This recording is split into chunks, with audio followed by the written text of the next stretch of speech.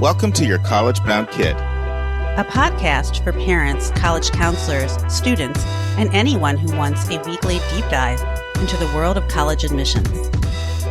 My name is Vince, and I've been doing admissions since 1989 and college counseling since 1998 in California. I'm Lisa, and I'm a clinical psychologist and college counselor. I have a daughter in college, a daughter in high school, and a son in middle school. After 30 years in Chicago, we recently moved to North Carolina. My name is Mark. I'm a college coach in Atlanta and the parent of two daughters. Karis, a graduate of Davidson College, and she is the founder of the Spanish tutoring company, SpanishHelpToday.com. And Joy is a graduate of the University of Georgia, and she is getting her master's degree at North Carolina State University. Vince, what's new in sunny California, my friend? Well, the weather, it's definitely turned. We're finishing up with June gloom, and it's starting to turn hot again. But that's okay, because summer is my favorite time of the year. Cool. You know, I've never said this on the air, but California is my favorite state. It really is. It is. It's just you're just too darn expensive, man. I don't feel like paying triple for everything to live there. Plus, it's away from my base. Most of my base isn't there. But if it was a little closer to family and I wasn't so cheap, that would be my place, man. I love it. And I've got two trips coming up, which I'm excited about. So, good. Yeah, I can't wait. And I can show you where you could live in California and afford it. Oh, wow. We'll have to do that. I didn't know that was possible. It's possible. You're not going to put me in some hood, are you? No hood. No crime zone. No, it's safe. It's beautiful. It's cool because I know you like the ocean. So I could see you up in San Luis Obispo. I could see you there. It's a lot less expensive than LA or San Francisco for sure. Did I ever tell you I spent a summer in Daly City? No. Yes. I loved my summer in Daly City. I loved. I'm literally right on the ocean. That was awesome. Wow. Summer of '89. Yeah, that was great stuff. Awesome. All right. Let's dive in. So for our admissions tip today, I'm going to take a look at service. A lot of times when kids talk about service, they say things like, how many hours do I need? Do I need 50 hours? Do I need 100 hours? Or they think that admission officers are just going to be so impressed with the title. But something came out from the Making Caring Common project from Harvard, and I like it. And it says that when it comes to service, the focus should be on sustained, meaningful service. And that's really what schools are looking for. It's not about the title. It's not about the hours. It's both sustained and meaningful. Vince, you wanna comment on that from any of your file reading experience? Yeah, I think that what I'm often doing is trying to make sure and encourage families to engage in something that builds skills over time. So then college really can see that your commitment is deep and that you can talk about specific skills and then values that you're taking away from that. I like that. I had a student this year who is doing great service and was recognized by a local magazine. And when we talked about how they got there, they said, and it was interesting, they said it was the only thing I could do during COVID to keep my sanity. Wow. So doing that kind of service, providing meals for frontline workers in hospitals for the first 6 months, kept this person going. So the service was really more for them and keeping them feeling like they were moving forward and were making a difference. Well, that's an example of the meaningful piece right there, sustained, meaningful. And, a lot of times you could have two people, they could both be president, of National Honor Society or any service, or, you could name one of a million service organizations. And one could be meaningful and another could almost be meaningless. It could be just a title. You're not really doing anything. And schools that are really reading holistically are going to look beyond title, even beyond awards and beyond descriptions, beyond hours, and look for evidence. And that's the kind of thing they're going to look for, what Vince talked about there, that it was truly meaningful. And you didn't just quit when you got the Eagle Scout Award. Now you quit, that it's sustained. Yeah. Yes. Yes. Awesome.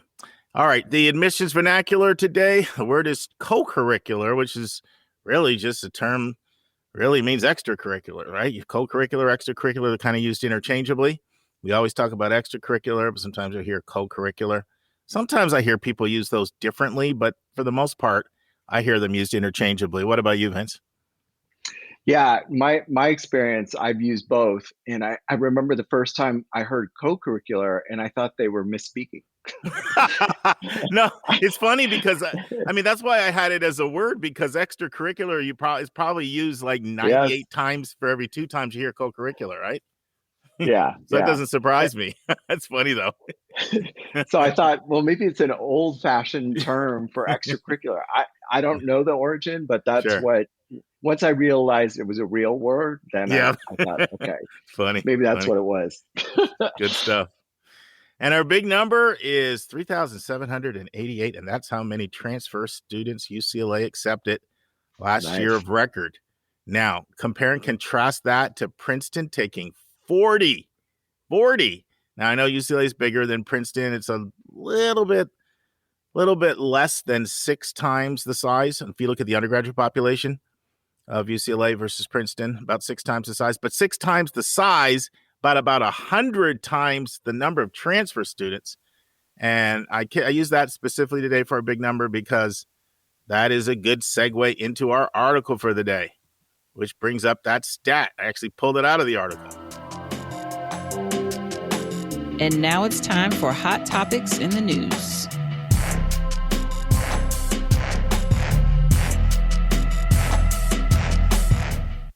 So what are we talking about today? So it's an article by Nick Anderson, who works for the Washington Post. He's worked for the Washington Post since 2005, and it's entitled Inside Elite Transfer Admissions from Community College to UVA. And I know that's very precise, but UVA did something that's really cool. It's the same thing that Emory-Davidson and University of Washington did with Jeff Selingo. Same thing if you go all the way back to the book The Gatekeepers. And I'm trying to blank. Who wrote The Gatekeepers? It was Gatekeepers. Josh Steinberg. Yes. Yeah. For the New York Times, the same thing that Wesleyan did with Josh Steinberg, where they gave the Washington Post access to their transfer admission process in an attempt to get more publicity. And so this article kind of, it talks about transfer both as an opportunity for the college and as an opportunity for students as well. So, they profile a few students who had sort of, in some cases, somewhat spotty transcripts as transfer students, but they saw some spark in them and they ended up being admitted. And then they go on to share some of the stats. They talk about how, UVA offered transfer applicants or admission to transfer applicants for around 1,000 students. And about half of those came from community college. But that just sort of pales into insignificance to what they do for freshman admissions, which is extremely competitive, especially for out-of-state students. And so the article says the transfer pathway, long underrated and overlooked amid a frenzy of freshman admissions, is gaining support from prominent leaders in universities as a powerful tool for diversifying campuses across many dimensions, including age, income, social class, race, and military service. And then they show some of the stats, and you can see in many cases, not all, there are these differential acceptance rates between the freshman admission and transfer admission. So they show University of Michigan 2020, 26% acceptance rate for freshman admissions. And then for transfer admissions, 46%, almost 1 in 2 got in the University of Michigan as a transfer, more than 50% higher. They also talk about UCLA, where freshman admit rate 14% and then 24%, which is, about 70% higher acceptance rate. And then the same thing is true at UVA, 23% for freshmen, 40% for transfers. And so they start out sort of saying, hey, this could be an opportunity in some cases for transfers, but it's kind of a little kept secret. Now, we're not trying to encourage everybody to get rid of your school and quit as soon as you're not happy, but they just kind of give the stats. They talk about how they take in around 3,900 freshmen incoming, but transfer students about 700 to 750. So literally a 5-to-1 ratio. That's at UVA. And then they look at the transfer pool and they say, hey, it's a lot more diverse. 26% of students qualified for Pell Grants, more than twice as high as the freshman Pell Grant numbers, much more first-gen students, more underrepresented students of color, Black and Latino in the article. And then they go on to talk about how UVA is trying to make some initiatives, like they're forming partnerships with community colleges. So Piedmont, Virginia Community College, they're literally hiring a liaison just to work with that community college. And they say they're very open to expanding to others depending on how that goes. And then they talk about how there are a lot of kids falling through the cracks because colleges haven't been recruiting community colleges. They quote an Aspen Institute study that showed that there were 50,000 high-achieving community colleges that did not go on to four-year colleges. 15,000 of them had grade point averages of 3.7 or higher. And when asked why that happens, they feel the biggest reason is that four-year colleges aren't really focusing on recruiting the community colleges. And so here's a quote from a guy named Joshua Weiner, who's the executive director of the Aspen Institute. And he says, at a time of intense debate over whether metrics such as test scores are valid in predicting academic potential, Weiner said community college students have tangible evidence of what they can do in college because they're already doing it. I've got a much greater predictor of college success, Weiner said. It's called college success. The point is they've already proven themselves, so why are so many schools overlooking them? And it goes on to talk about some institutions are doing a great job. It mentions USC and how effective they've been at enrolling transfer students. I'm going to ask you about that in a sec, Vince, because I know you've got a lot of experience there. And it basically just goes on and it looks at it both from the standpoint of if colleges really want to diversify themselves and enroll great kids that come from all different walks of life, well, they're right underneath their nose. They're right there at community colleges. It highlights a few good schools like George Mason. They enrolled 3,000 a year in their partnership with Northern Virginia Community College. But then it has an interesting stat. UCLA enrolls the most transfer students in the country, and the next 5 highest schools are all UCs in terms of the numbers that they're enrolling. So it's just an interesting look at the opportunity that's both there for the colleges and the opportunity that's there for students. And so, Vince, you've read the article. What jumped out at you as you read it? Well, I think this is a perfect example of creating a win-win situation. And as colleges look to ensure that they're bringing in strong students, the best evidence has always been their transcript. And if you look at community college students in terms of age, they're often working. So they're holding a part-time or in some cases full-time work. And they're getting rid of a lot of general education and proving that they can make a difference. For the universities that create transfer plans and have transfer plans, this has always been a terrific success. And I think, I'm not sure who created the master plan for the University of California a long time ago, but after high school seniors, transfers have always been their second priority. And they've created a record of success, and much of the ways that they were able to continue to keep the University of California diverse after affirmative action ended when it did was by looking at the success that the University of California had created with transfers and what do we need to focus on? What are the metrics? What are the things that we need to look at for success there? And I think that model, which has been true for many years, I don't know, 30 years, more than 30 years, I think that other universities and private universities look at it as a possible way to guarantee a class. So I love when schools see this hidden gem where you can take students who maybe needed a little bit more time with their grades, or they couldn't afford 4 years, and so they decided to take care of general education first. This is a terrific pathway. I think that the colleges and universities, this is an ongoing discussion that we had last time when we talked about Stevens in New Jersey. This is another way that colleges can survive and thrive in this new century. No, no. And I've always admired places like California and North Carolina and Florida and several others, but I think California is a leader in having these great articulation agreements between community colleges and 4-year schools that are airtight. And one thing that I've experienced in California more than any place, and I have so much respect for this, is I don't see as much of a stigma in going to community college first for a couple years, even for students that the reason they're going to community college is because they have a really speckled transcript or they just don't have the money.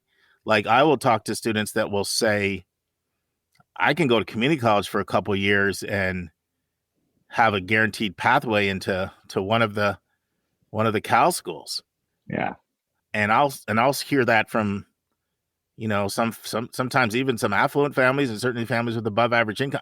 That is not something you hear in certain parts of the country, including Georgia, where I'm at. It's just, there's just a stigma there. And I know I'm not trying to say most of the kids at the top of the class are aspiring to community colleges, but it's certainly something that some of them consider. Some of them I know just looking at, hey, that's a lot of money to save, or they like the fact that they feel they actually sometimes might have a better shot at getting in a UC coming out of a community college than they will coming right out of high school. What are your thoughts on that, Vince? Do you think that's true, or do you think that's urban myth? I think for here in California, parents increasingly, as the economy shifts, they're looking to maximize their students' opportunities. And so I have conversations sometimes with juniors and their families, and they'll say, "This is what we would like to do," and I'll have a good, serious conversation with them about how possible that is coming out of high school. And I wouldn't say it's definitely the exception, but the fact Right. that I can have the conversation shows me that there's openness to this. And so even currently, I have a student who will be entering their senior year, and we've already started down the path of community college because they see coming out of high school it would be impossible. It probably would just not happen.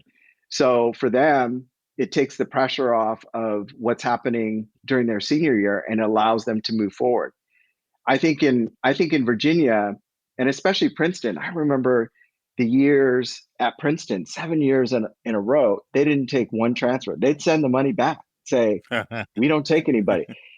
And for a while, it felt like a sense of pride. But then I thought, wow, really? No room at that, incredible school for people who've shown their muster, and you hit so many different ways that you increase the type of student that's at Princeton. And I think that for students at Princeton coming in as freshmen, it'd be great to be around somebody who's been in the military, who's working full time.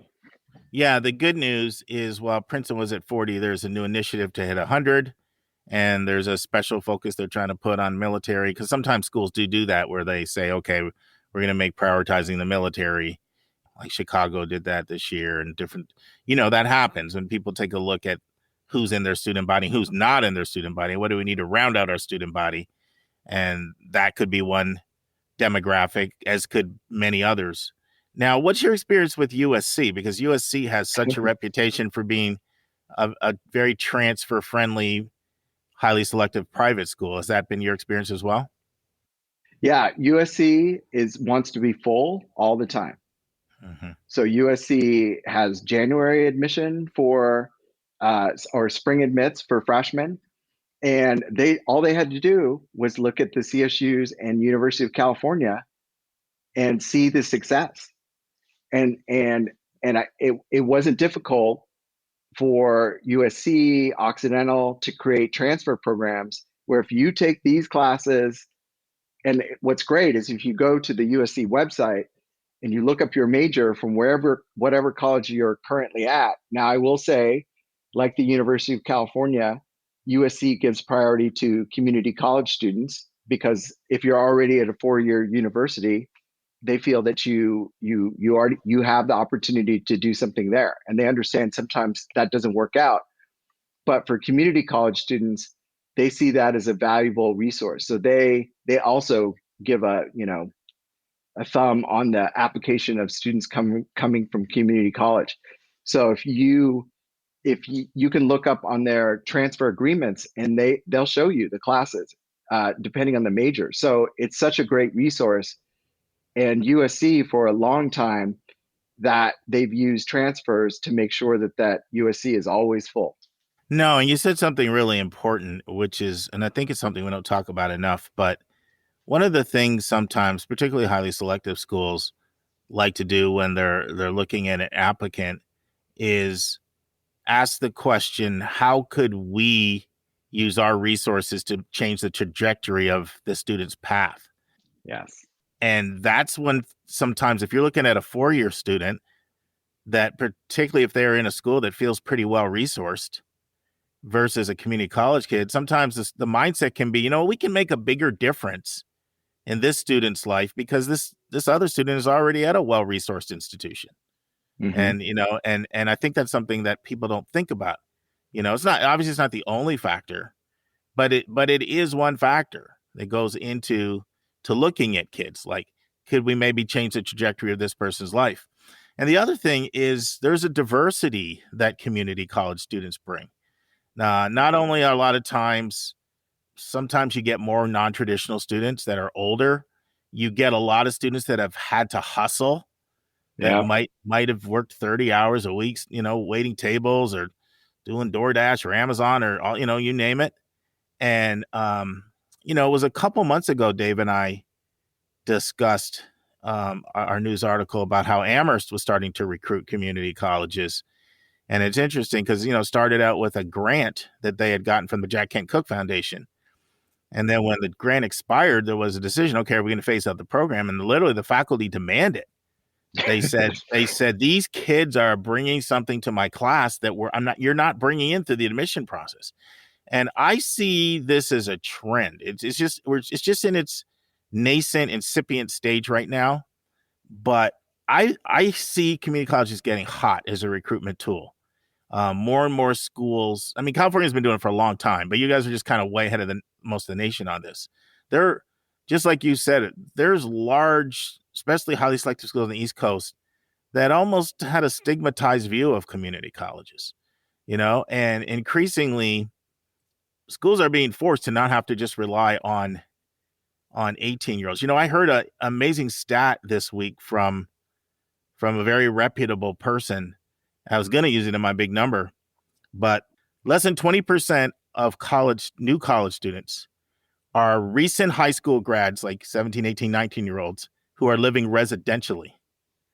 That's less than 20%. And so it feels like a lot of people are fighting over that small piece of the pie. Yeah. When there's literally more non-traditional students out there than traditional, right? Now, some people are doing things like Purdue Global and Arizona State, massively beefing up their online programs as one way of addressing non-traditional students. But community college students, what a gold mine. And I think that you can just see a community college student just having an attitude of gratitude for an opportunity. Because like I said, a lot of them have had to hustle. Mm-hmm. Mm-hmm. Well, I would say, even here in California, the percentage of students that applied as transfers fell. So it fell 11%. And I would argue that maybe one of the issues was accessibility. Hmm. I'm working with two students who are going to be seniors in high school, and we've been trying to get into a community college here in LA since February. Wow.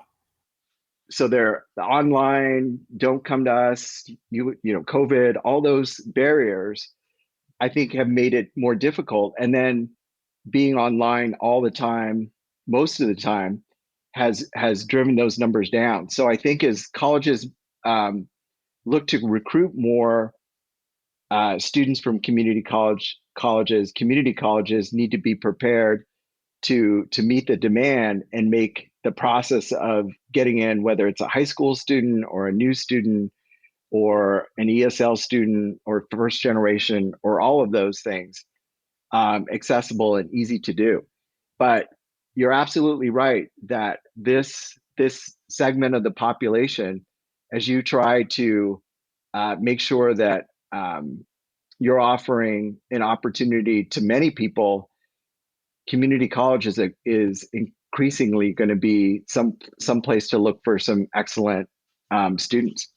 Yeah, and I think just transfers in general. I mean, I thought this was a great article for Vince because probably about a month ago, we were just talking on the phone. It had nothing to do with the podcast. We were just talking, and we were sharing kind of how well our transfer students have done in Yeah. the process, and we were just sharing like kind of amazing, like how well these transfer students at getting in. And then I looked up a stat and saw that transfer students, now this includes 4-year and 2-year, they have a 57% yield for colleges, and regular listeners know what yield is. First time listeners, yield's the percentage of accepts that enroll.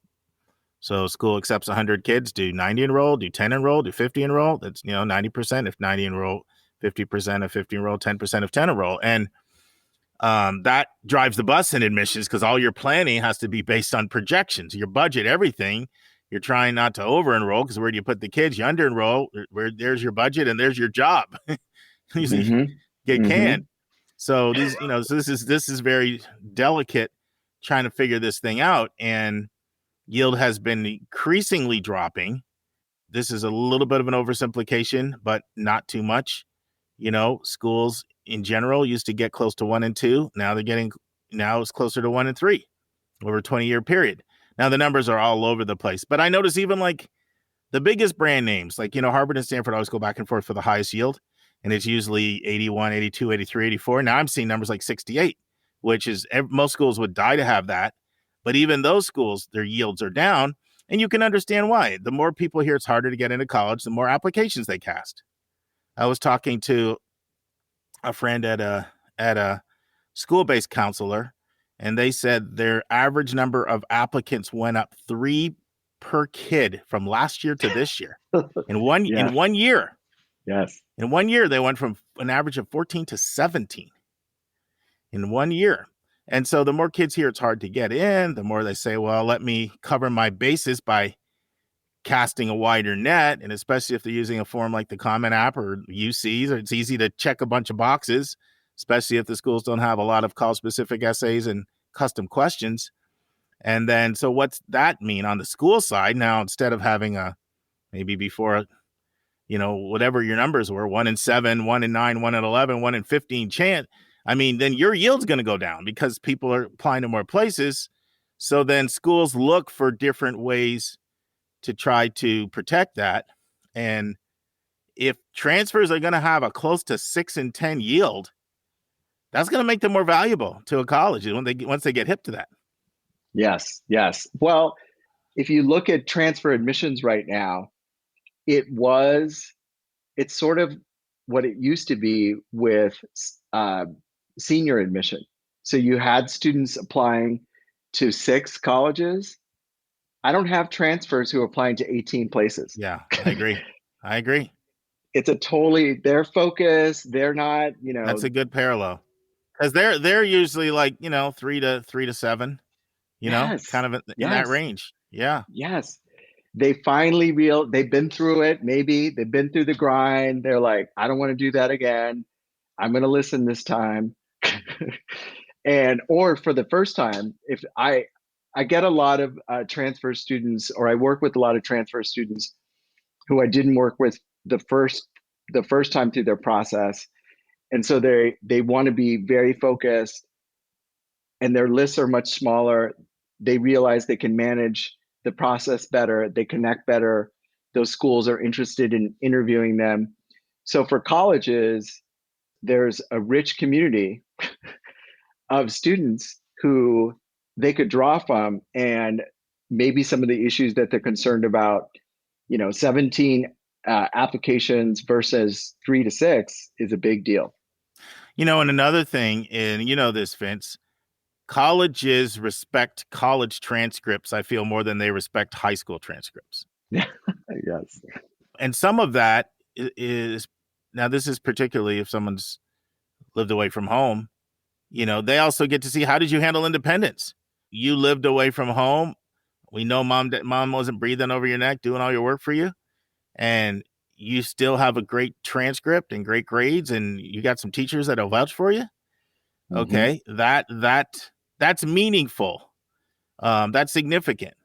And so, I just think that it's a tricky conversation, having this conversation. And Julia and I are talking about something kind of similar in 1 week from now. Because what I don't want to do is encourage people, as soon as you have some adversity, just quit and bail and jump, right? Like, yeah. So it's a fine line. So sometimes I'm a little reticent even to talk about the transfer opportunities, because I think sometimes people will be surprised Michigan almost 1 and 2, Virginia 4 and 10. Like, these places are hard to get in straight out of high school, right? Yeah. But so, and part of me feels like I want to share some secrets like that, but then another part of me doesn't want people to. I don't like it when someone says, before they've even tried a place, my plan is to go here and transfer right away, especially, because I feel like you're not even going to give a college a chance if you kind of go in with that closed mindset. So anything else you want to say, Vince, or you want to put a bow on this one? I think the bow is there, but if you're a transfer student, or you're somebody in community college, open the door, get your ducks in a row, and it could happen. Yeah, most definitely. And watch the deadlines. It's a different calendar deadlines than it is for freshman admissions. Awesome. All right. See you next month, my friend. All right. Thank you. Appreciate you. Take care. And now it's time for a question from one of our listeners.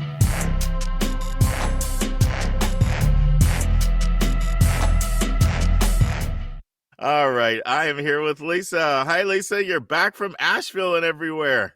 I am back from Asheville and everywhere.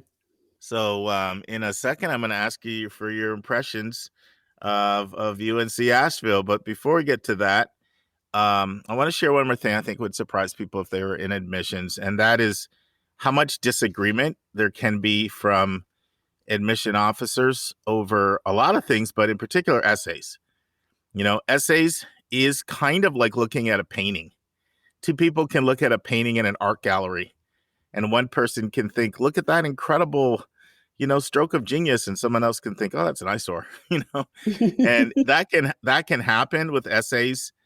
And just being transparent, Lisa and I, we work with different students, and a lot of times we'll get each other's opinions on essays, and we don't always agree. In fact, we disagree almost as much as we agree, do we, Lisa? Well, I feel like 75% of the time we're like exactly, saying the exact same things, but every once in a while we'll have like a split decision.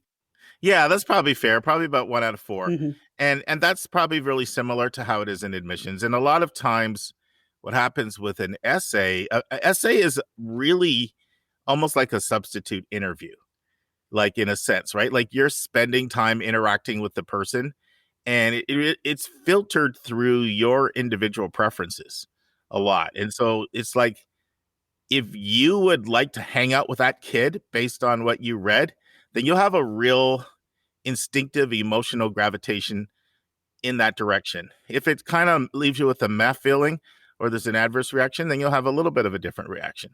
And that's just, this can frustrate people because people want to know, like, what do I need to do to make it happen? And you just have no control over this.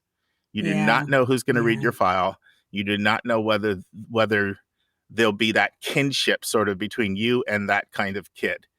And I don't know. I think sometimes I like kids that are a bit more edgy than you. Do you think that's fair, Lisa, or not? Is that fair? Probably fair. I mean, I grew up in the Midwest. I mean, we just, there's a lot that goes unsaid. Thought, Midwest sure. Nice? That Yeah, Midwest Nice?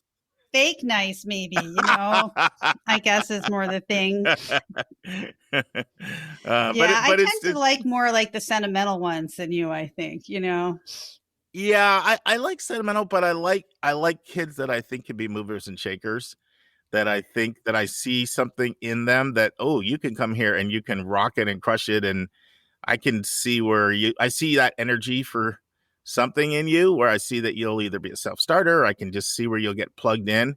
Look, I'm really into like kids that can get along with people too, because you do want to have a unified community, but sometimes I'm okay with someone that maybe pushes the envelope a little bit if I think they're gonna, like, whatever it is. Like, I can just see your passion for environmental activism, and you're gonna come here and you're just gonna plug in and take our whole clubs to a new level, kind of thing. But the point is, just understand that humans are behind this, and humans bring every aspect of who they are to the process. In fact, I was going to save this for another one, but it makes so much sense, I'll save it right now. One of the things that really good admission offices do, especially schools doing holistic admission, they're constantly undergoing bias training. Mm-hmm. Constantly going to bias training and workshops and seminars, and and bringing speakers in, because everybody in admission knows it. You can't hide it. Like, when you're in admission, you see everybody's biases. You see who that person in the office goes for. And it's generally somebody like themselves, just like interviewers have biases. That's why I get really upset when I see a non-diverse admission office.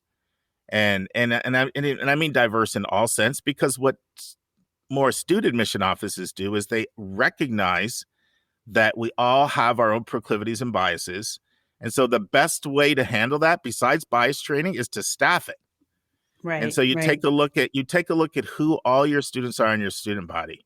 And if let's say you're 15% international, well, you're going to want an international experience. You're going to want people that went to public school versus private.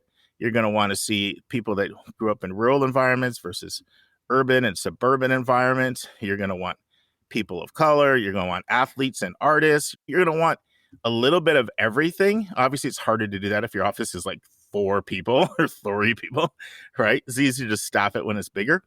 But you're going to want to do that because you're going to know that that person instinctively will have an advocate around that table for who our different constituencies are, just by virtue of the fact that people instinctively look for people like themselves.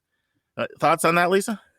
Yeah, I mean, I think that's absolutely true. And I mean, no matter how you can never truly get rid of your biases, I think. I read a book, I think it was called Biased, actually, but it shows how like these biases are like cognitively coded at the microsecond level, and they're so unconscious, it's really hard to change them. But I mean, you can override them. But that's why I think it's like kids just need to be themselves and be authentic, and hope that, that's going to get them to the place where they need to go, because not everyone's going to like everything. No, exactly. And the other thing is, a lot of times you can look at where you get in, if you are authentic, as a gauge for like what school like admitted me for who I was.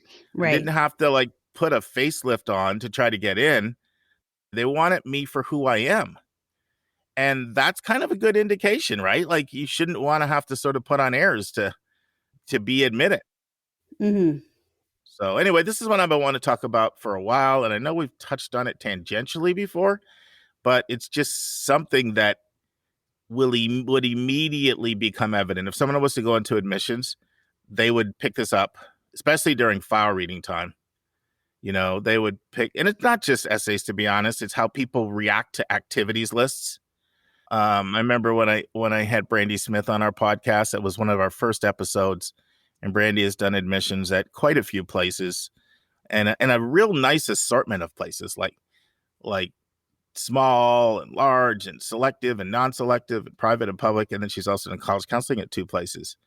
But she told the story of when she first got to Vanderbilt, she was pushing for every kid that did student government because she did student government. And finally, like, Doug had to pull her aside and say, Brandy, we can't take every kid that did student government. Right. So that's just, I could honestly share so many examples from my own admission experience, but I think people get the point. But I want to hear about UNC Asheville.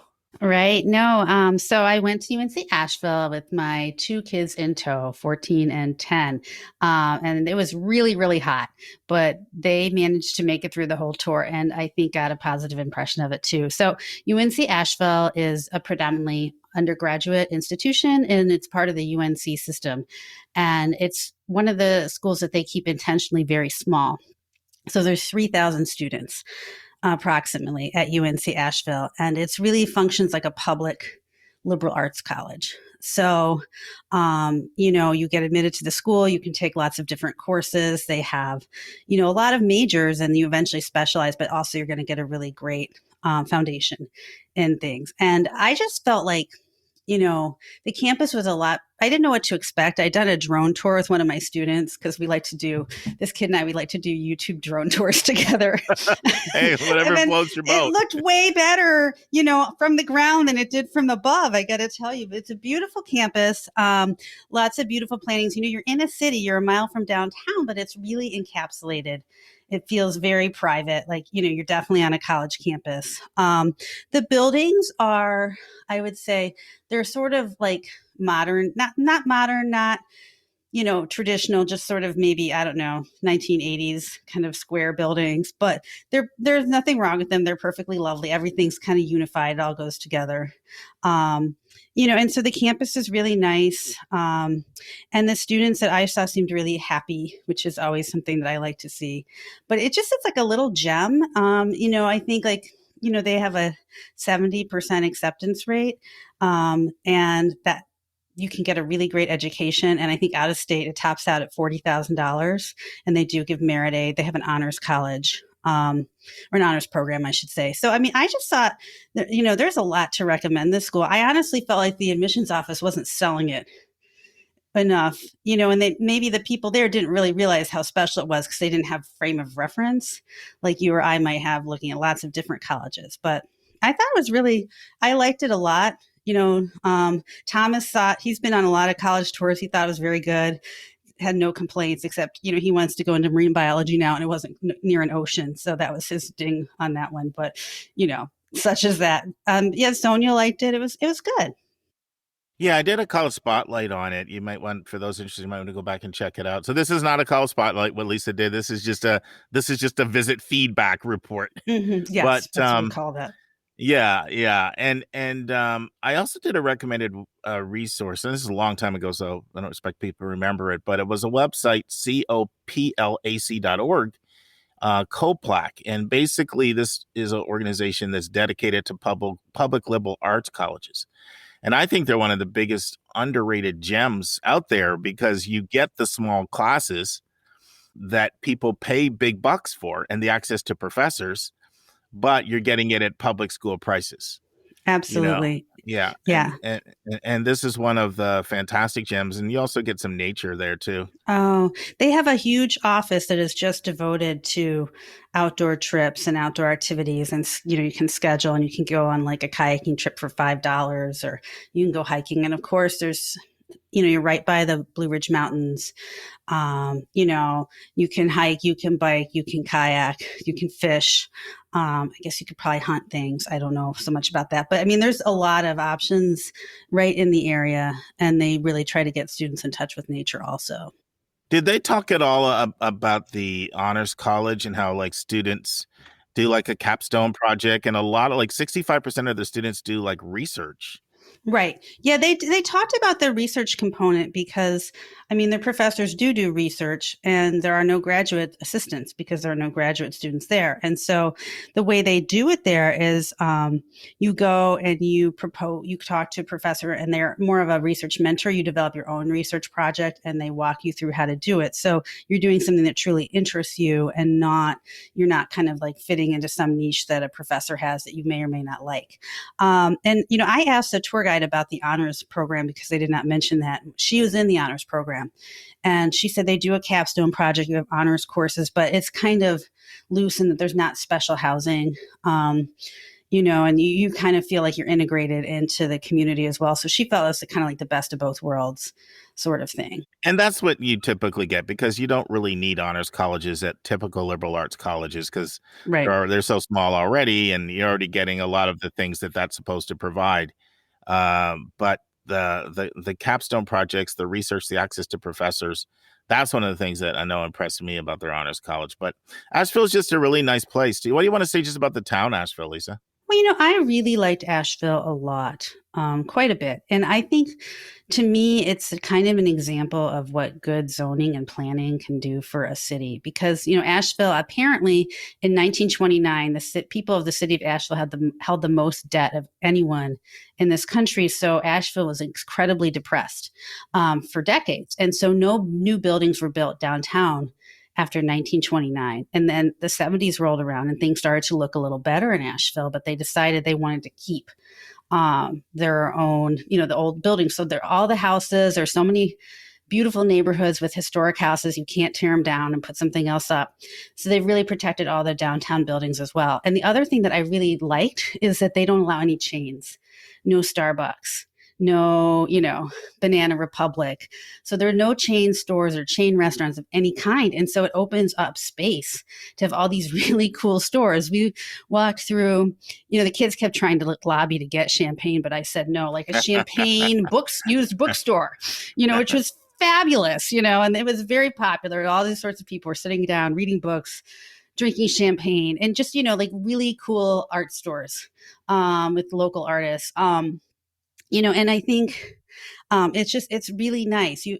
Lily is in Sorrento this week, and I FaceTimed with her, and there were like buskers singing on the street, and she and her friend were like, "Oh my God, it looks like you're in Italy with us," which, because it almost has that feeling of like being a European city in some ways, because they've, kept the old, and it's very small and personal. So I gave Asheville 2 huge thumbs up.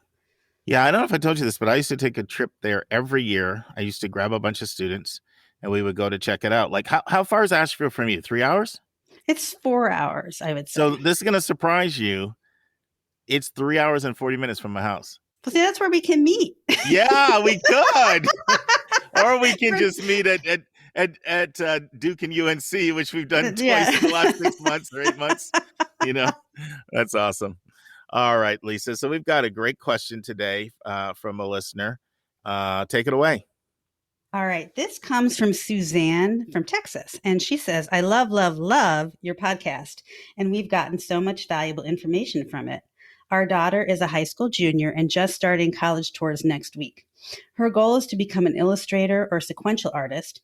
So we're trying to figure out if A, she should be focused on schools that are 100% art, or schools that are more general studies but with a strong art program, or B, which schools should be on the top of her list. There are so many great resources out there regarding highly selective schools and such, but we haven't been able to find a ton that are focused on art schools and art students. Would you be able to point us in the right direction? So this question really caught my attention. It dovetails really nicely with a lot of things Lisa and I have been talking about in the last few months. So let me there's a few questions embedded in here. Let me, answer one and then get into the second and third one. So this is always the question that comes up when I'm working with students who are passionate about the arts. Are they better off at an art-specific school, or are they better off at a general school that's got a strong arts program?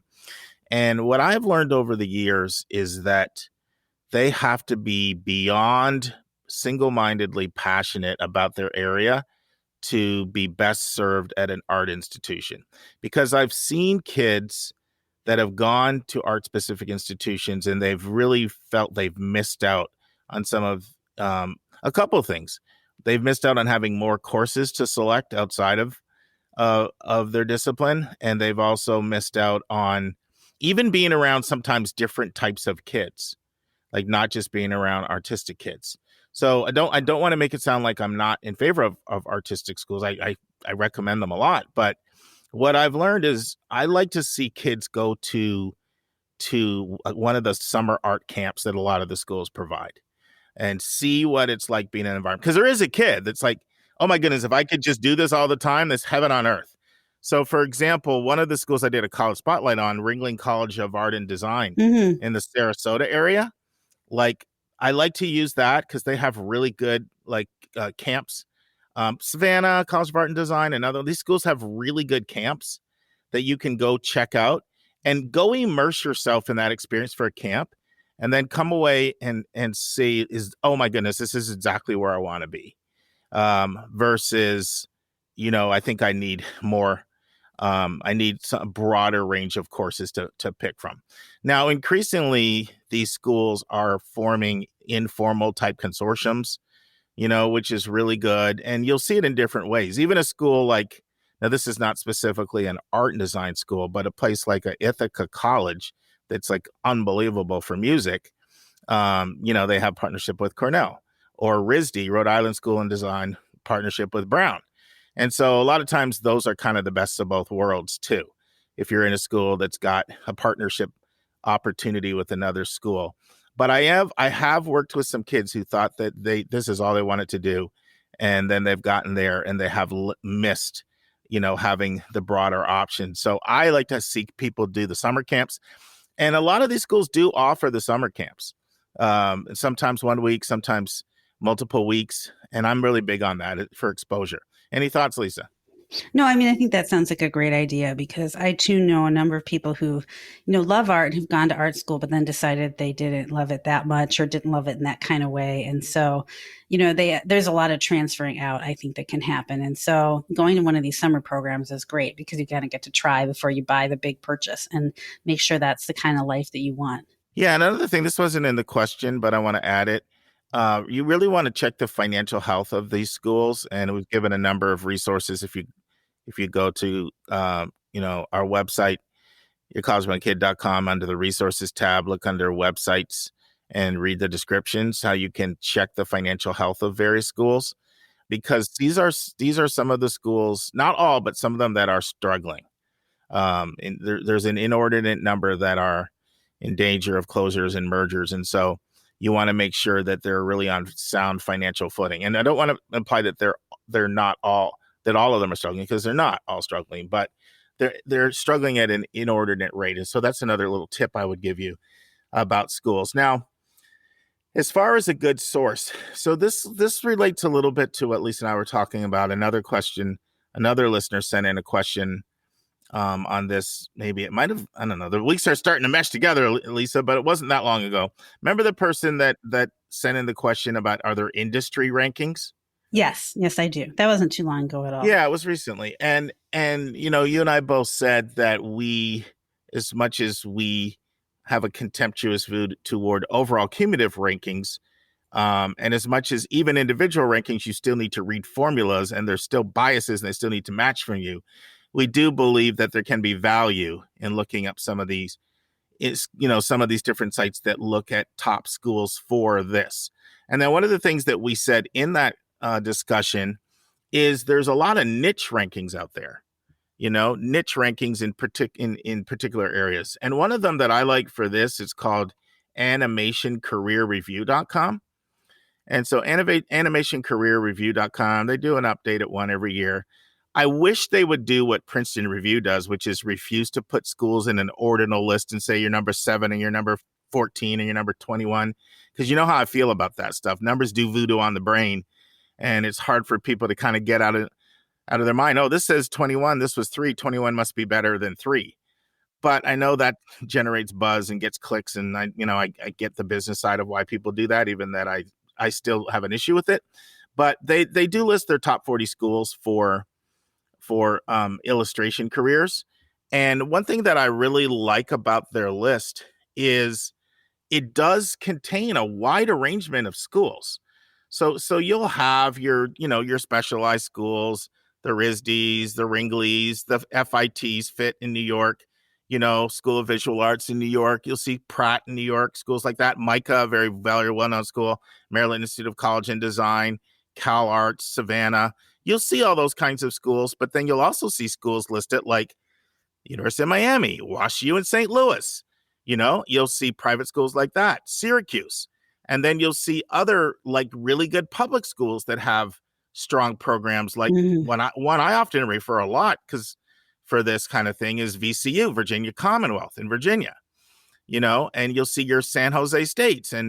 And so there's just a mixture between public, private. You'll see University of Colorado at Denver, not Boulder, but Denver. And then you'll see several Cal States have really strong programs in illustration, like Cal State Long Beach has got a really good program. Both the Arizona schools, Arizona and Arizona State, Indiana, IUPU, and we just call it IUPUI, which is the weirdest name. Indiana University, Purdue University. It's the weirdest name, but it is what it is. You'll see, and so what I like is they have various levels of selectivity. They have various price points. They have various sizes. And I do think it's a good starting point. And I think it answers the question, Lorraine. It was Lorraine, right? Was it Lorraine? It's Suzanne. Oh, Suzanne. Sorry, Suzanne. Sorry. I don't know where Lorraine came from. That wasn't even close. It did have 2 syllables. You're helping me out here, but that's how you get a big giant F on that one. Yeah. You're trying. You're trying. So I do really like their list. Like I said, I'd love it more if it wasn't, they do the whole number 3 to number 40 ranking. And with any list, you do need to read the formula. And I'll be honest, when I read their formula, it's a little, I didn't really like the formula that much. It's really highly geared toward academic selectivity, academic resources, things like that. But it overall is a good list. It's a good list of schools that emphasize, illustration and art, and public, private, big, small, large, expensive, non-expensive, generous financial aid, not generous financial aid. So that would be a good starting point. And I was thinking, Lisa, you and I have talked internally about building out a really nice database of these niche, these sort of niche organizations that rank in an industry. Like you'll find them, right? The ones that just rank ballet and just rank, specific things. And I don't want to get ahead of ourselves, but I was almost thinking could almost be like a big group big group project that we could do with our listeners, and people could send in, any ones, and then we could maybe compile something and then put it up as a resource. Now, the only thing I will say is, depending on how many we got sent in, I can't promise we go through and vet them all, but we could say, look, here's a group of them. I don't know what you think about that. I don't know. Maybe I think it's a great idea, crowdsourcing and everybody probably knows one thing, better than most people, and being able to, if they're in that industry or, things like that. So I think it'd be great to get a bunch of different ideas. Well, I'm not saying this to flatter, but we have a smart audience. We have an educated audience. We have an audience that's a sponge for learning. Anybody that's going to put up with listening to us for 2 hours. True that. So, and we know also 10% of our listeners are college counselors based on our most recent questionnaire. So right there, we got 10% college counselors. They're immersed in this world. Some of them might even specialize in placement. So I'll tell you what, let's do it. If you have a source for looking at colleges by major, that I'm not talking about one of the big services like the Forbes or the Washington Monthlies or the New York Times or the U.S. Newses. I'm not talking about people into the general cumulative rankings, but you've got sources. Send them in. You can send them to either questions@yourcollegemykid.com, or you can go to our Twitter feed, at YCBK Podcast, and use the message tab, which is my preference because I just get hundreds and hundreds of emails, and it's a little easier to track it in the message tab. But not everybody is into Twitter, so I get that. But send it to us, and it's something that could be a service for all of us. We could put together a nice little database. I'm not going to promise when we'll have this because we got a lot of projects we're working on. but we will mention it periodically. It'd be I'll put it this way. I'd like to be able to have this in sometime in 2024. That's the best I can do. I can't. I'm serious. But it's only 2022 right now. Oh, you know what? I meant 2023. Sorry. No wonder you laugh so hard. You know what it is? I'm so used to working with the class of 2023 that I had me in that mindset. So I just added a year. Wow. It's like we are really giving ourselves some wiggle room on this. Lisa's like, I may as well have said, I'll have it in like 2033 for you. Right. You all died off and croaked. We can shoot for sometime in 2023, and I'm not going to promise if it's going to be December or March, because honestly, it's going to depend on, look, if nobody sends in anything, then we'll come on in here and say, nobody sent in anything.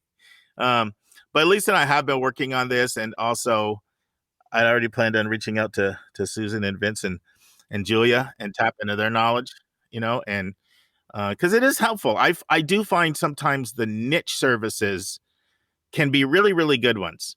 Because if they are really immersed in the field and you're talking to people in the field, I find that they're better than the generic ones. It almost reminds me of what you said earlier. Like, do you want to, I know this is a bad illustration, but do you want a chain restaurant or do you want something truly from Asheville? Right, exactly. I know I'm pushing it. But people that are in the field, they just tend to know stuff. Right. And so they produce good lists. And there's all these like magazines out here in niche fields, that have a thought on what good colleges are. So I think it'd be pretty fun to crowdsource. Let's take advantage of everybody's knowledge and wisdom. Let's put something together, and we'll update you how many resources are coming in. Fantastic. I bet you will get a lot, I think. Well, we'll share it with everybody. I mean, I call us our listening family for a reason. And so you can't call yourself a family and then not do family stuff. And so this is like a family. Well, you can, but then you're like a dysfunctional family. That's we are true. not a dysfunctional listening family. See, now I know you're a psychologist because that's how psychologists would think. No, I've seen it done, but no, I'm not recommending it. Awesome. Well, I thank you so much, Suzanne, for that question, and hopefully that was helpful for you. Great. Thank you, Suzanne. And now this week's interview with a special guest.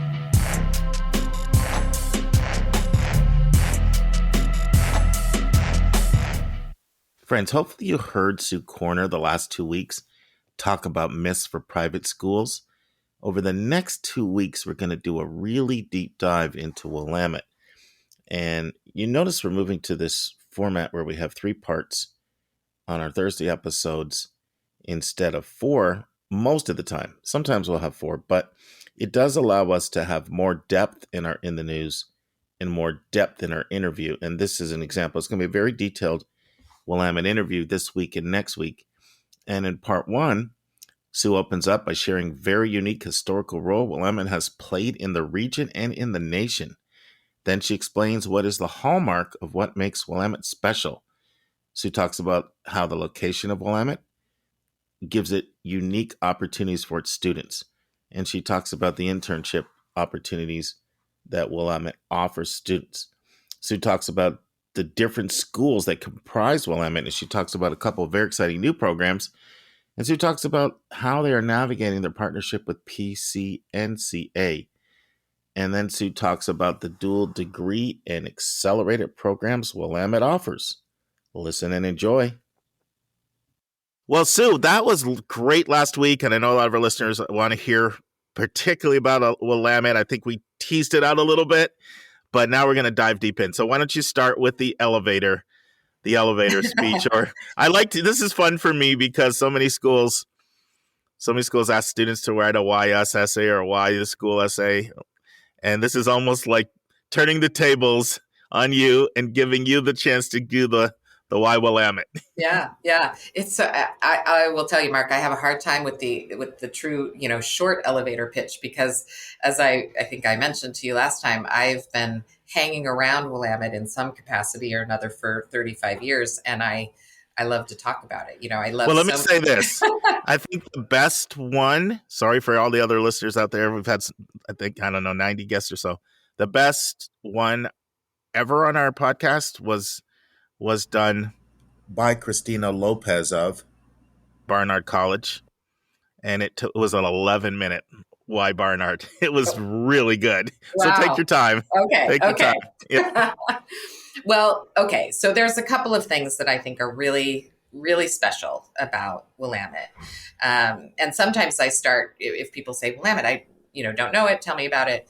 One of the first things that I think is fun to say is Willamette is the oldest institution of higher education west of the Mississippi.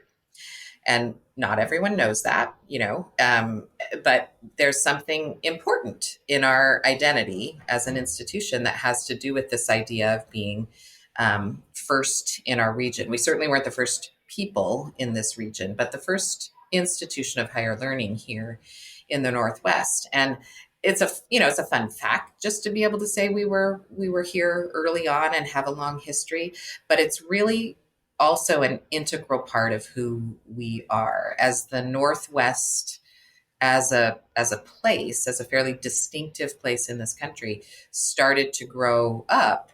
It really happened around Willamette.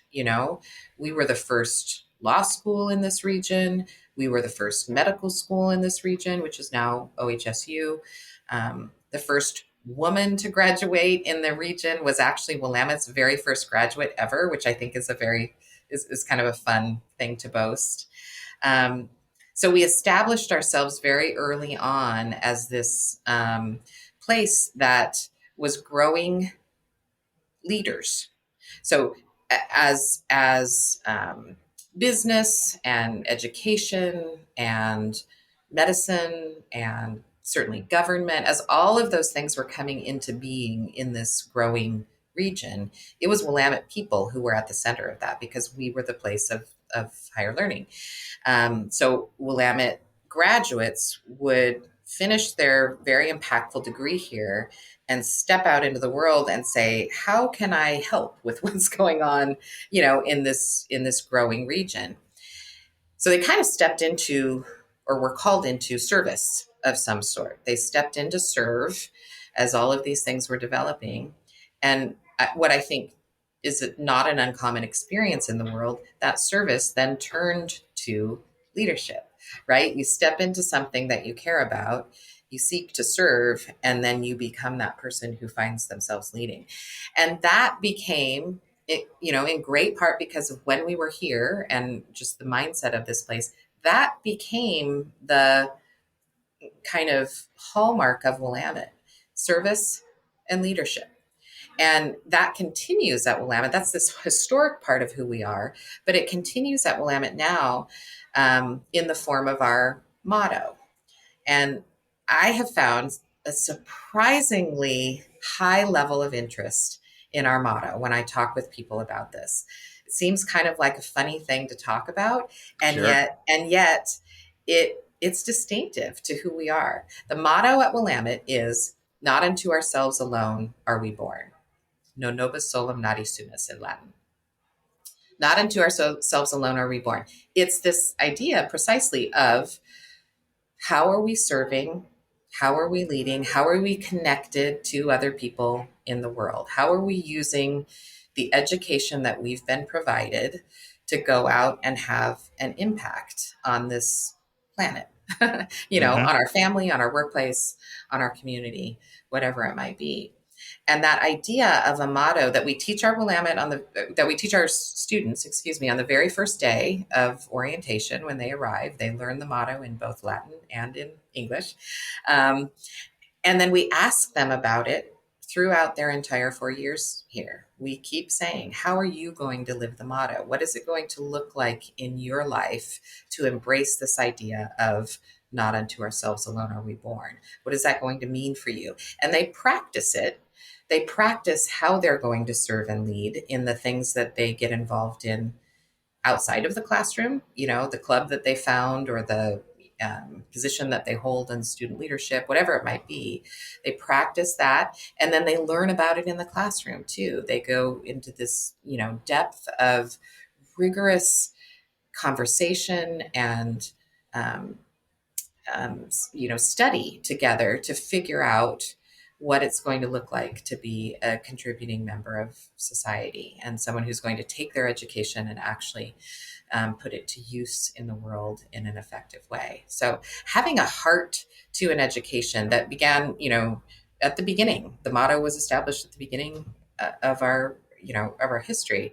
Having something like that really connects our alumni to one another and our students to one another is a distinctive thing about who we are. And it's all wrapped up in this idea of having been established when we were. So I think that's something really important to know about us. I also think our location is really special, and not everyone knows we are 76 feet from the state capitol. We measured a couple of years ago, which was kind of an interesting task. But Willamette we are the only institution in the country that has this kind of proximity to a state house. And so I think because of that, our reputation often surrounds this idea of, if I'm interested in, policy or law or politics, Willamette is a great place to be. And that's certainly true. Well, just so you know, that triggers it for me when I have people that are interested in policy, law, political science, and they're open to the Pacific Northwest. You oftentimes make it on those lists for me. Yeah. Well, I think we absolutely should. I think that's good. And I think it's a really interesting place to be for students who have those interests. What people don't always realize, and I completely understand why, is the opportunities that are presented through this proximity to state government are so much more than just, politics. Mm-hmm, You think about state government and what they do, and the number of scientists, for instance, who work for the state of Oregon, who are concerned with air quality and water quality and on and on and on. The Department of Energy, all of these things are within walking distance of Willamette. All of them are excited about having the young scientists who are studying here at Willamette do research for them or do some sort of internship. The same is true in communications. It's true in students who are studying economics or math or data science. You sort of name the discipline, and there's something related to state government that is a perfect internship opportunity. So it's so broad and yet so applicable in terms of students having the really in-depth classroom experience that we know comes with a liberal arts education, and pairing that with a really high quality hands-on internship experience, which we think is sort of the contemporary liberal arts education. It's so much more than just the in-depth class piece. It has to be paired with some of that hands-on stuff. And we're so beautifully situated to do that because of both our proximity to and our long relationship with state government here. I am such a fan on learning by doing. Like I have Absolutely. a real bias. I think that's how even it could be something as simple as today before I'm getting personal here, but before we jumped on, we just recently moved all our financial accounts from Vanguard to Fidelity because they have like fractional shares and a whole bunch of things we like. And so I did it, and I was showing my wife how to do it all, and I'm like, you do it so you'll learn. It's like, cause I just believe in that, learn by doing. Yep. And it just makes learning stick, and it shows you how you can take abstract theoretical concepts and how they can have application in the real world. So if someone were to come to you and say, I'm liking what I'm hearing, do you have a list of different internships that your students are involved in related to the State House? Is that the kind of thing that either the Career Center or the admission office can show a student? Yeah, absolutely. The career office at Willamette is pretty incredible. We have 10 people staffing that office, which is a big number for a place the size of Willamette. And yes, they can talk both anecdotally and in terms of just lists of the things that students like them have done related to the state house or state government generally. They can talk about other kinds of internships as well. We're also across the street in the other direction from one of the state's largest hospitals. And Willamette has a huge pre-med program, lots of students interested in traditional medical path, in public health, in the medicine field in lots of different ways. So internships, opportunities for volunteering, that sort of thing happens across the street that direction also. That's great, though. Yeah, it's amazing. Because there's a lot of people interested in the medical field. Yep. It's hard to go straight from the undergraduate experience into medical school these days. They're looking for students who have some sort of practical experience, some research experience, something. And if you can't get that at the undergraduate level, you have to take some time in between your undergraduate experience and med school. And at Willamette, we find it's very easy to give students that opportunity to do the hands-on, the practical stuff that looks really good on a med school application. So yes, it's the Career Services Office that is best at giving that information and can really get students, I think, excited. And again, I think the internships, like you said, they're a great way to learn. You learn by doing. They're also one of those ways of practicing your way into knowing what you want to do next. Exactly. And it's not uncommon for students to do an internship and then go, yeah, I learned that what I've always thought I wanted to do isn't what I want to do. And I get excited when that happens because I'm like, isn't that better to learn that at 20 than to be stuck hating something for, a couple decades? Exactly. I just think it's so much better.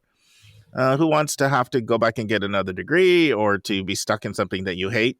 What a great way to learn that at a young age. Yeah, exactly. And I think that is the whole approach at Willamette. Like I mentioned, when thinking about this idea of the motto and practicing our way into how we're going to, take the next step into the world, it's a series of learning and involvement that isn't linear necessarily.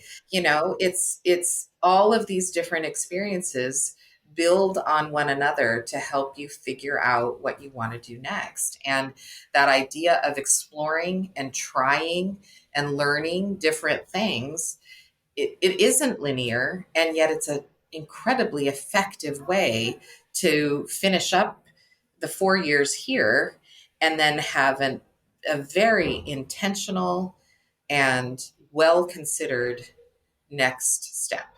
And that's a huge part of Willamette's mission.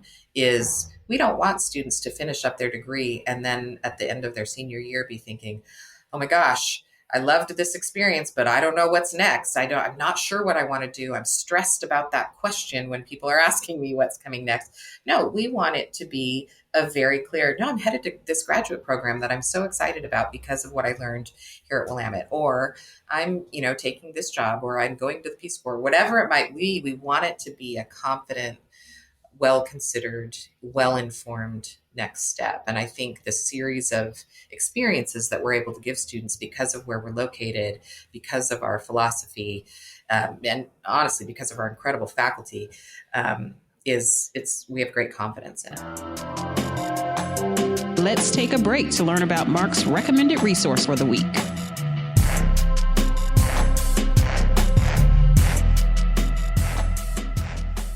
Friends, we've got 2 recommended resources for you today. And one comes from one of our devout listeners who's been telling me for the longest time, Mark, you've got to start telling people to turn to their local public library. All these great books you're talking about can be free at your library. And that's our first recommended resource today, your own public library, where you can order almost any book these days and check it out. And their second resource I already mentioned to you in my question section with Lisa. It is the website animationcareerreview.com. And it's just a great source for you to build an initial list of colleges that are great in arts careers. And I do encourage you, don't get into the ordinal list. Don't think 7's better than 17. Just take a look at all the schools and research all of them. But it is a fantastic resource for people interested in careers in the arts. We'll now return to my interview with Sue Corner. All right, I'm going to ask a series of questions, short, quick ones. Okay. I'm sure someone is wondering, like, how many students go to Willamette? If you could give a sense of the size of the undergraduate population as well as grad school and professional programs, and then just talk a little bit more about Salem. I know you've said a lot about the court and the county seat there, but if you could comment on those things so they could, I think those things would be of interest to our listeners. Yeah, absolutely. So Willamette is, we're Willamette University. So we have 4 colleges under the umbrella of the university. We have the College of Arts and Sciences, which is the kind of most traditional, it's the largest part of the university. It's our biggest part of the undergraduate population, College of Arts and Sciences. We have about 1,800 students in the undergraduate population. We also have a graduate school of management, the Atkinson Graduate School of Management, which is our MBA program.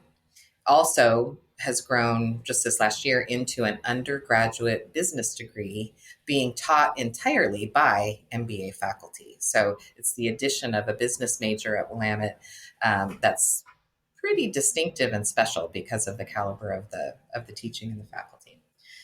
So MBA program, we have a law school. And then our most recent addition to the umbrella is the Pacific Northwest College of Art. Yes, I've been referring that to a lot of people. So talk about that. Yeah. So let us know what the size would be for the business and the law. Yeah. So we have about 1,800 students at the undergraduate level, about 600 students in total between MBA and law. And then the addition of the Pacific Northwest College of Arts adds another number of both undergraduate and graduate students.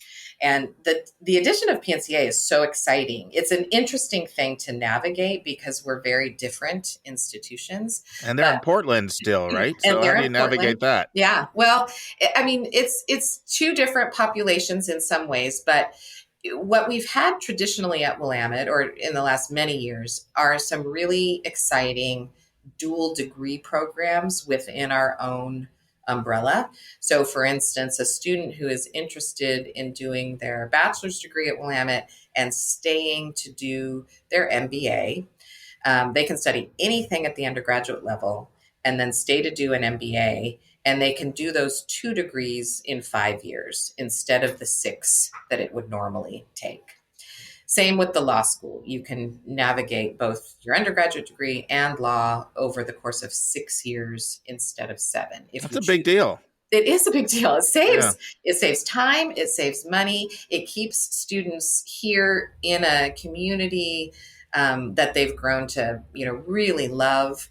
It keeps them in a place where there are great opportunities for that internship piece that we were talking about, both in law and MBA. There's that practical application that's all contained right here. So yeah, those pathways have been really successful and exciting for Willamette undergraduates. So that's one of the things that we see as a great opportunity with this merger with PNCA is the student at PNCA who wants to, they're just an artist through and through who wants to earn their Bachelor of Fine Arts degree at PNCA, but they recognize that there would be great benefit to also having an MBA because they want to own their own gallery.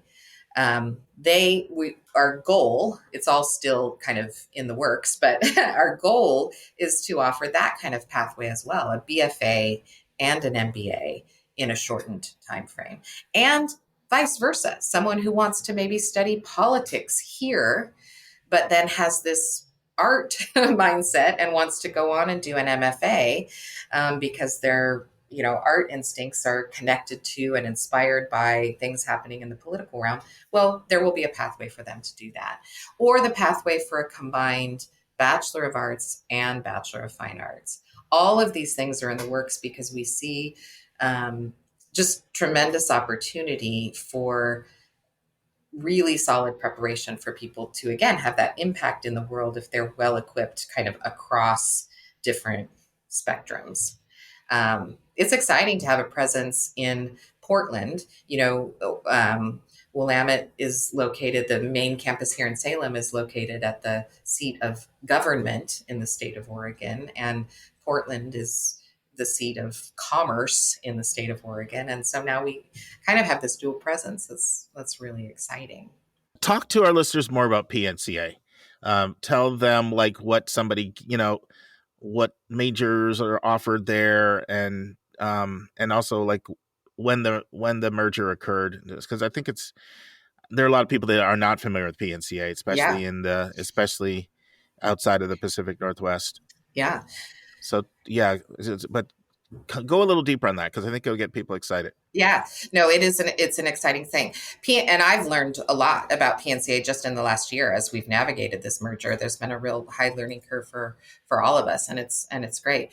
PNCA is I think people would say, is the kind of premier arts institution in the Northwest, certainly in Oregon.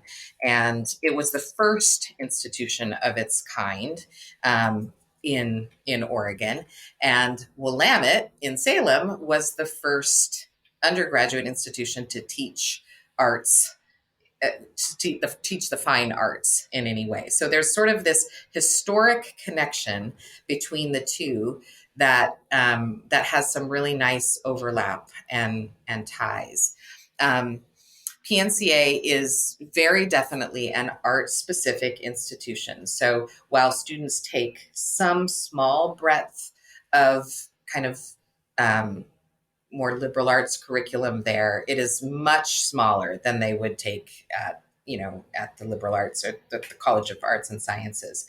PNCA students are truly focused in their application on their portfolio, their arts ability, and what they have developed over the course of high school in most cases, although they see a lot of transfer students at PNCA too.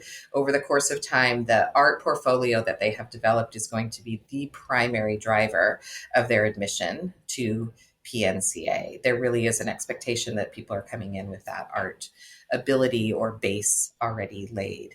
They offer majors in, everything that you can think of where arts are concerned, in design, in digital design, in painting, in drawing. It's really exciting for those of us here in the arts and sciences community to now be seeing the things that they produce and the things that they put together. It's just really, really exciting. We have one student this semester who has been studying English at Willamette, but is also very interested in art. And so he's taking this semester this spring to do a semester away at PNCA. He's spent the bulk of his, college years at Willamette here in Salem. He's spending the semester in Portland because he wanted to go a little bit deeper into this idea of art and what he could explore as an artist. So that's another way that we're looking to develop kind of overlap and exchange between the two campuses, is for this idea of a semester of away and a semester experience at a different campus. That really, really excites me. And I really think as word spreads, it's going to really lead to increased applicant pool, and nationally and internationally, well outside your region. Like, this gives you an ability to pull people all over the country and internationally. I mean, I know you already were before, but I think at a whole different level. Yeah, I think so too. I think it's very exciting. I think, I think arts in the liberal arts context, as we do that at Willamette, has always been an amazing major. We have a museum at Willamette, not just galleries, but a full museum that serves really as the community museum for the state capitol. It is Willamette owned, and the caliber of exhibits that come through that museum are amazing. And our students get to do work, they get to exhibit there. I mean, it's really something. But that is a very different experience than what they're doing at PNCA, which is just so hands-on art. And so having students have opportunity and access to both, it's really exciting, and it's a distinctive thing. So we're still, even though we're about a year into the merger, there's still a lot that we're figuring out and exploring. And it's going to be fun to watch. Willamette is in a growth mode for sure. And it's going to be fun to watch how this particular merger informs that idea of grown and expanded opportunities for our students. Friends, this completes the first half. We hope you'll join us next week for the final part. Friends, next week in the news, of course, we'll have our announcements, and then we'll kick off another interview. And once again, these new in-depth college spotlight interviews, we used to have them like 30 minutes or so, and have someone talk about a topic, 20 to 30 minutes, do a spotlight, 20, 30 minutes. These are more in the 60 to 90-minute variety. So this is with Benjamin Baum, and he is the Vice President of Enrollment at a very special college, St. John's College. Now, don't confuse it with St. John's University in New York, Queens. This is St. John's College, and they have a location in Annapolis, Maryland, and they have another location in Santa Fe, New Mexico. It's arguably the most unique college we've ever featured, ever, on your college-bound kid. And I think you're going to really enjoy learning about their Great Books program. So you're going to hear that on our Monday episode, part 1, and then the following Monday, the final part. Now, friends, I often close by saying college is not a prize to be won, but a match to be made. And the reason why that's so important is because it's all about your child reaching their full potential. You'll reach your full potential when you're in an environment that's conducive to who you are, so that you can just soar. And so that's why we say college is not a prize to be won, but a match to be made. See you next week, everybody. And that's our show. A big thank you to you, our listeners, for tuning in this week. If you find this podcast helpful, please follow us and you'll get every single episode as soon as it is released. If you're interested, there are a few ways you can really support our podcast. You can click the share button and send it to your friends and acquaintances. You can help us pay our staff and our expenses by donating on our website. You can write a review for us on Apple or Spotify. I'm the producer of the podcast, but we have a fantastic team of 14. Shout out to our co-host, Dr. Lisa Ruff, Dr. David Williams, Susan Tree, Vince Garcia, and Julia Esquivel. And to our substitute co-host, Sylvia Borgo. Our sensational sound engineer is Nemanja Motvich. Our amazing music is from Victor Allen Weeks. Marketing designs are from Kimberly Blass. Lily Parikh manages our Instagram. Our image editor is Talha Khan. Joyce Ducker does our website episode updates. And our webmaster is Stelianos Dimitriou. If you want to have a coaching session with Lisa or me, just text me at 404-664-4340. If you have a question you want us to answer, or if you have a recommended resource or article you think we should discuss, just send it to questions@yourcollegeboundkid.com. By the way, check out our website, where you'll find lots of content that is not on any podcast app. Our website is yourcollegeboundkid.com. If you want to learn about other hot admissions topics, follow us on Twitter at YCBK Podcast. We think of you as our listening family, and we look forward to meeting again with you every single Thursday.